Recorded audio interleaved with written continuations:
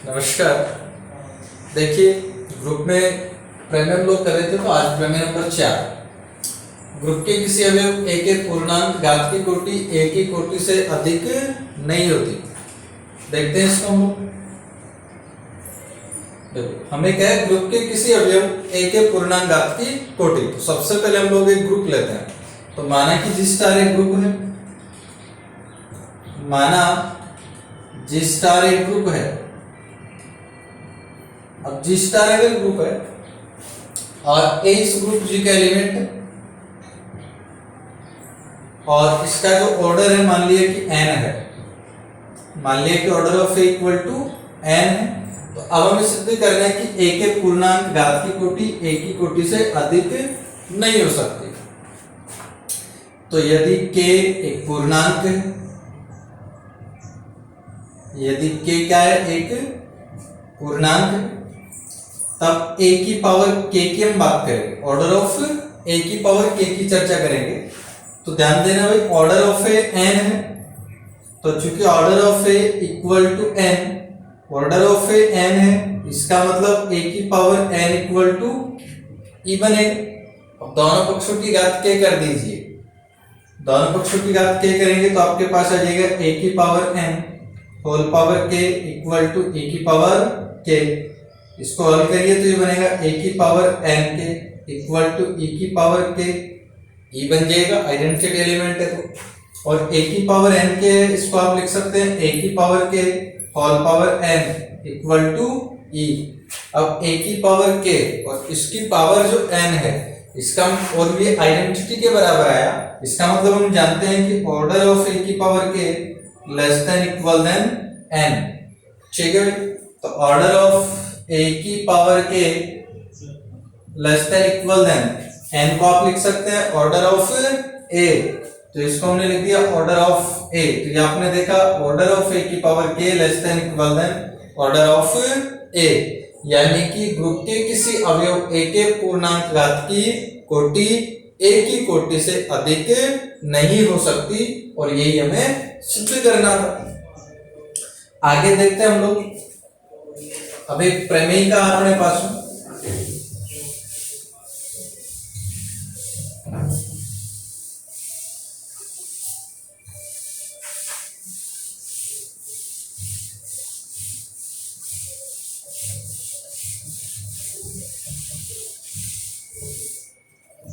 अब हम एक प्रमेय का करेंगे।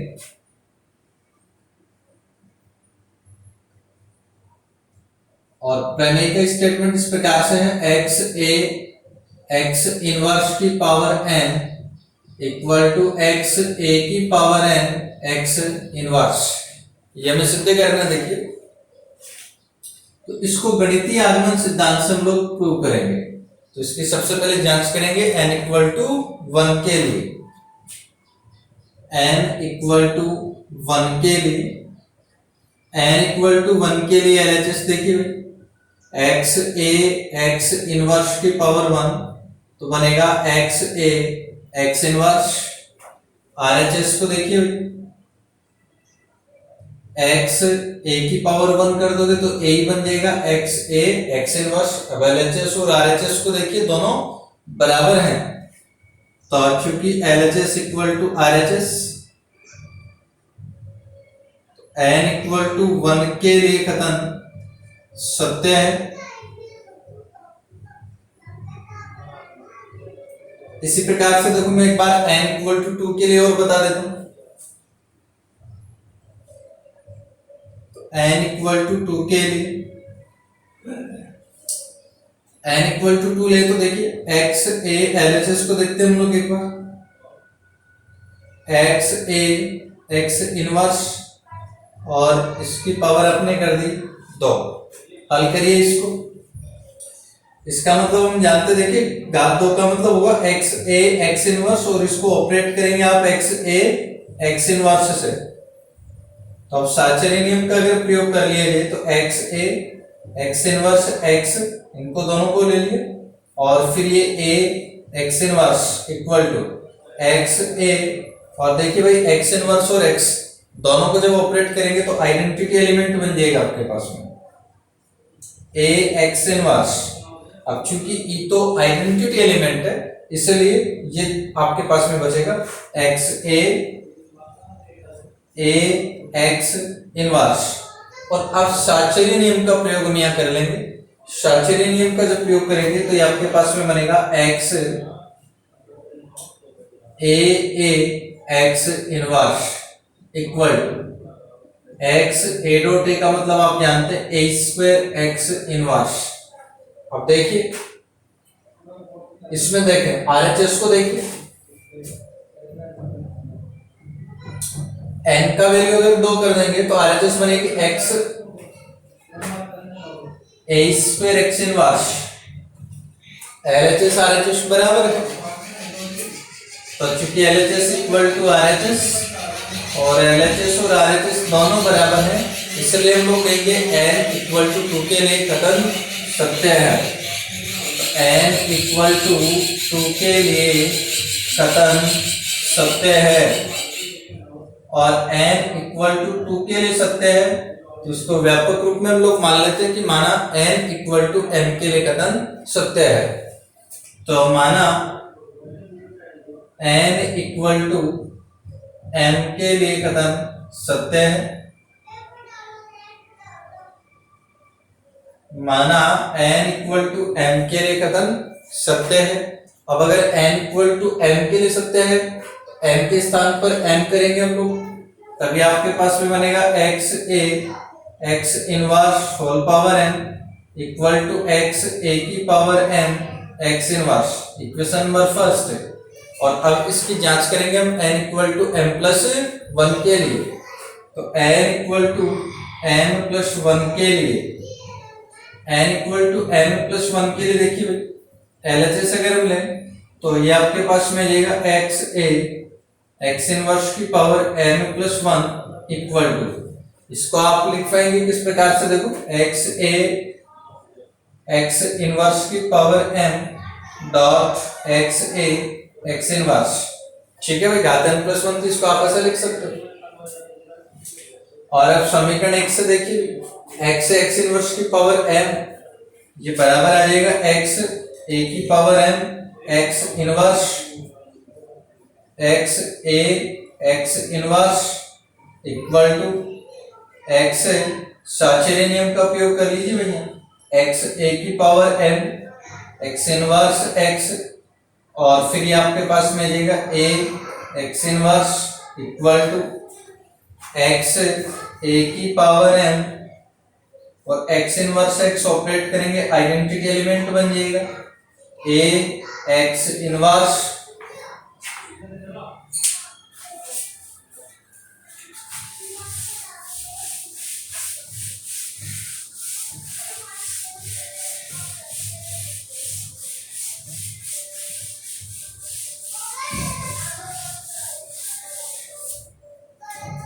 हाँ इसको हल करें तो देखिए क्या बनेगा एक्स ए की पावर m, भाई ए तो आइडेंटिटी एलिमेंट है तो इससे कोई फर्क नहीं पड़ेगा यहाँ पर, तो आ जाएगा ए एक्स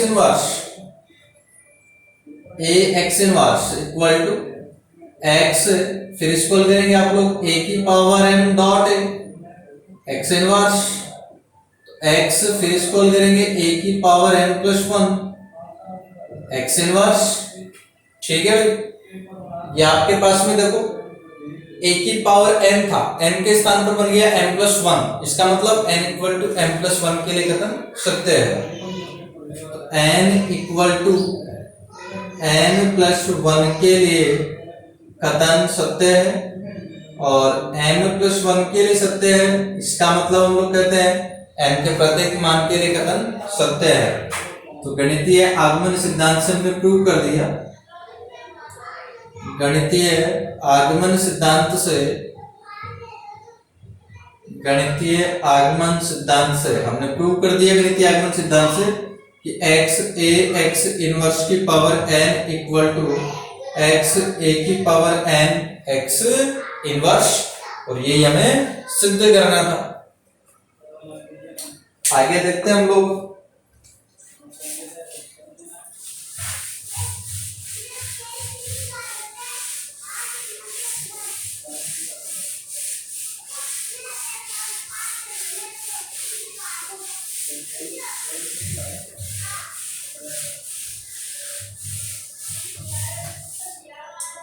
नेक्स्ट हम देखेंगे प्रमेय नंबर 5। और प्रमेय नंबर 5 में हमें सिद्ध करना है कि किसी भी ग्रुप जी के अंदर अगर ए एक्स ग्रुप जी के एलिमेंट हो तो order of x a x inverse equal to order of a होगा। इसे हमें सिद्ध करना है। तो देखिए भाई, सबसे पहले तो मान लिया order of x a x inverse equal to m तथा order of a equal to n. हमने मान लिया एक्स ए एक्स इनवर्स का ऑर्डर एम है और ए का ऑर्डर एन है।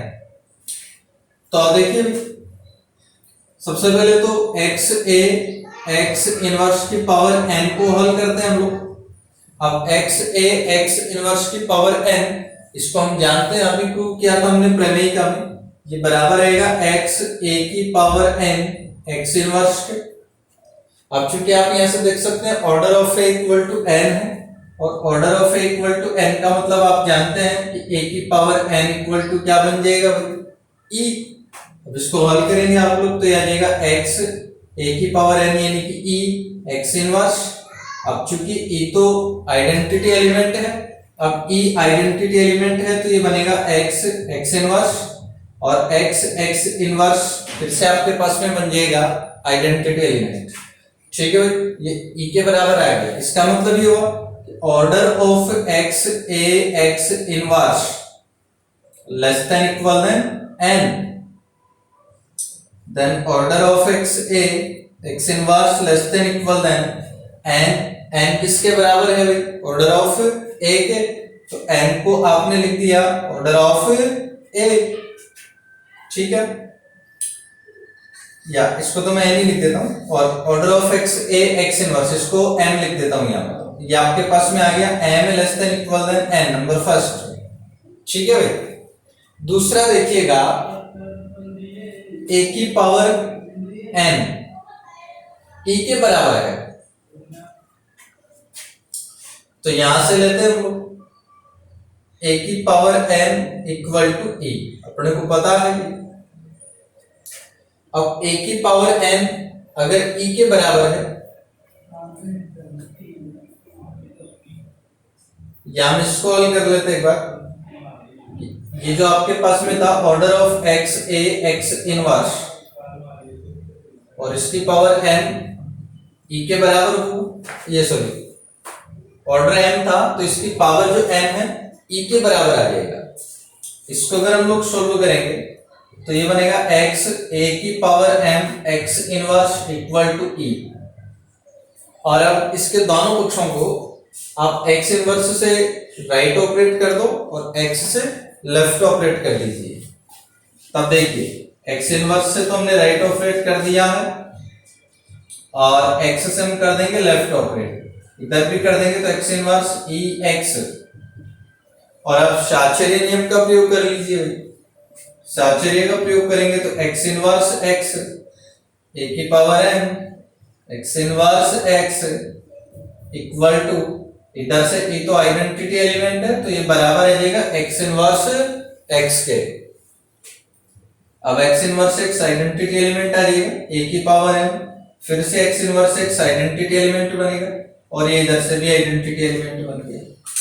अब चूंकि ई तो आइडेंटिटी एलिमेंट है ना यहाँ पर, इसलिए ए की पावर एम ही रह जाएगा इक्वल टू ई।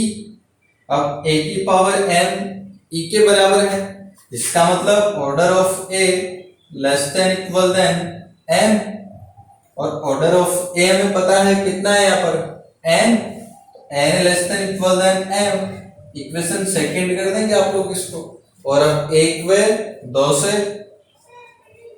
एक व दो से एक और दो से हम लोग देख सकते हैं, एक में m less than equal than n है, दो में आपने देखा n less than equal than m है। इसका मतलब एक और दो से हो जाएगा m इक्वल टू n, यानी कि order of x a x inverse equal to order of a, और इसे हमें सिद्ध करना था। नेक्स्ट अगला प्रमेय देखते हैं हम लोग।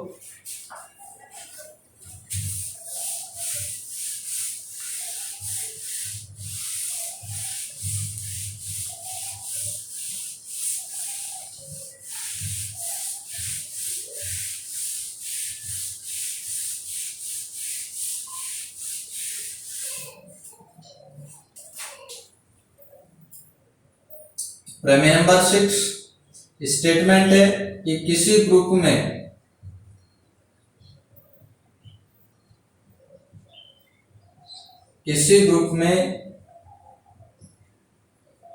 केवल और केवल तत्समक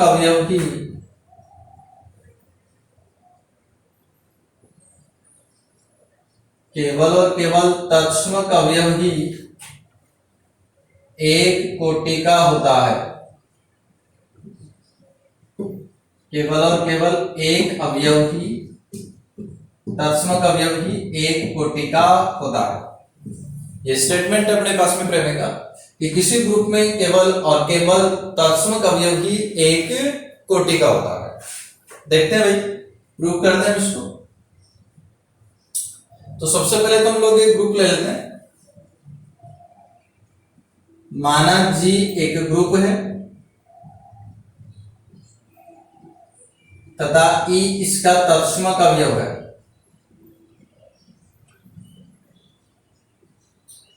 तत्समक अवयव है, माने कि जी एक ग्रुप है और ई तत्समक अवयव है। तो सबसे पहले तो हम लोग सिद्ध करेंगे कि तत्समक अवयव की कोटि एक होती है। तो चूंकि हम लोग जानते हैं e की पावर 1 इक्वल टू ई, इसका मतलब ऑर्डर ऑफ ई कितना बन जाएगा भाई? 1। अब हम सिद्ध करेंगे कि एक कोटि का एलिमेंट केवल और केवल तत्समक ही होगा, तत्समक के अलावा कोई दूसरा एलिमेंट एक कोटि का नहीं होगा। तो मान लेते हैं हम लोग कि A बिलोंग्स टू G एक कोटि का अवयव है।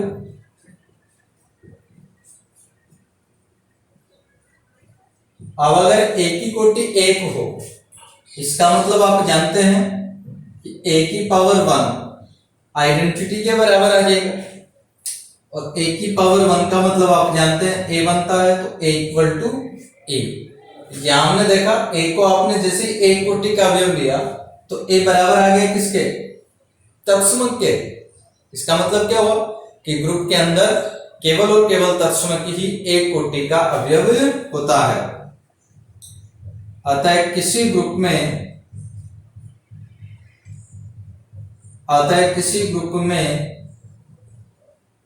केवल और केवल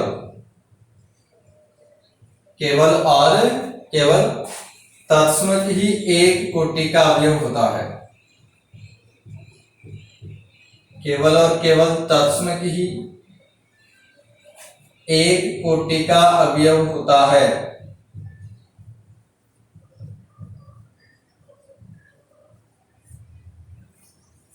एक कोटि का अवयव होता है। ठीक है, यह सिद्ध करना था। धन्यवाद।